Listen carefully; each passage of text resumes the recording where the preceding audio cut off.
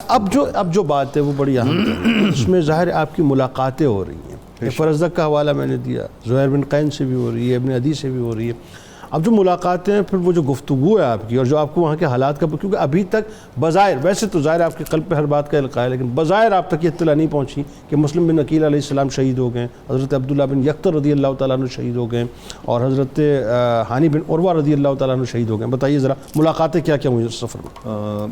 جنید بھائی، میں دو جملے اس بات پہ عرض کرنا چاہوں گا کہ بدقسمتی سے ہمارے معاشرے میں یہ جو ایک پروپیگنڈا کیا گیا ہے کہ معاذ اللہ امام علی مقام امام حسین رضی اللہ تعالیٰ عنہ کا مقصود کچھ اور چیز تھی، یہ انسان کی اتنی بڑی بدبختی اور بد نصیبی ہے۔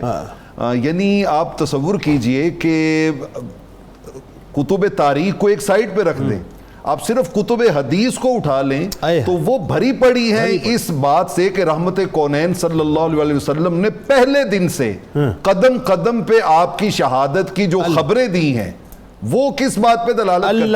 آپ نے جملہ کہا بدبختی، میں کہتا ہوں بدبختی کا بھی ایک لیول ہوتا ہے، میں وہی اس طرح کی بات سوچنے والوں کو تو کوئی لیول ہی نہیں ہوتا۔ بات ایسی یہ بدقسمتی ہے انسان کی، یہ اصل میں شامت اعمال ہوتی ہے، شامت اعمال ہوتی ہے۔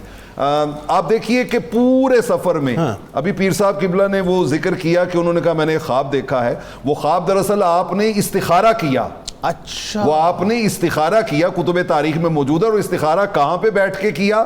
مقام ابراہیم اور حجر اسود کے درمیان والی جگہ، وہاں پہ آپ نے 2 رکعت نفل ادا کیے، استخارہ کیا، اللہ سے خیر طلب کی، اس کے نتیجے میں وہ خواب آیا۔ اور پورے راستے میں ہر ملاقات میں آپ ہمیشہ ایک ہی بات کرتے تھے کہ مہما یمزی یکن، جو مالک نے فیصلے کر دیے ہوئے ہیں وہ ہو کے رہیں گے۔ اور وہ اشارہ کرتے تھے کہ آپ شوق شہادت میں بڑھتے چلے جا رہے ہیں۔ راستے میں 2 ملاقاتوں کا مختصراً عرض کرنا چاہوں گا۔ ایک ہے زہیر بن قین البجلی، آپ سیدنا عثمان غنی رضی اللہ تعالیٰ عنہ کی شہادت کے بعد آپ کی محبتیں جو تھیں وہ حضرت عثمان غنی کے ساتھ زیادہ اٹیچ ہو گئی تھی۔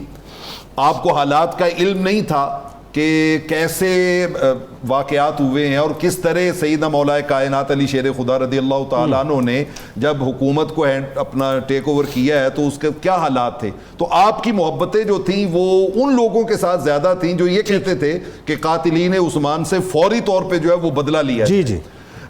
یہ حج کر کے واپس جا رہے ہیں، حج کر کے واپس جا رہے ہیں، اور ادھر تھوڑے فاصلے پہ امام علی مقام کا قافلہ جا رہا ہے، اور یہ اس سے گریزہ ہیں، چونکہ ان کی محبتیں حضرت عثمان غنی کے ساتھ ہیں، یہ گریزہ ہیں۔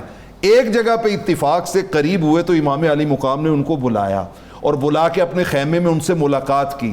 ملاقات کے بعد زہیر بن قین البجلی کی کیفیت اس طرح بدل گئی کہ انہوں نے آ کے اپنے ساتھیوں سے، اپنی اہلیہ سے، اپنے اہل خانہ سے انہوں نے کہا کہ اب تم اپنے اپنے گھروں کو لوٹ جاؤ، میرا جینا مرنا امام علی مقام کے ساتھ۔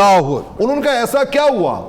انہوں نے کہا جب میں ان کے پاس گیا تو مجھے ایک بھولی بات یاد آ گئی کہ ہم بلنجر کے مقام پہ جہاد کر رہے تھے اور ہمیں فتح نصیب ہوئی، تو حضرت اپنا جب ہمیں فتح نصیب ہو گئی تو روم، وہ صحابی سلمان فارسی رضی اللہ تعالیٰ عنہ، انہوں نے ہم سے کہا کہ زہیر اس فتح پہ بہت خوش ہو۔ ہم نے کہا جی جتنا مال غنیمت یہاں پہ ملا ہے کبھی کسی فتح میں ملا ہی نہیں ہے، تو ہم تو بہت زیادہ خوش ہیں، اتنی بڑی فتح اللہ نے ہمیں عطا کی ہے۔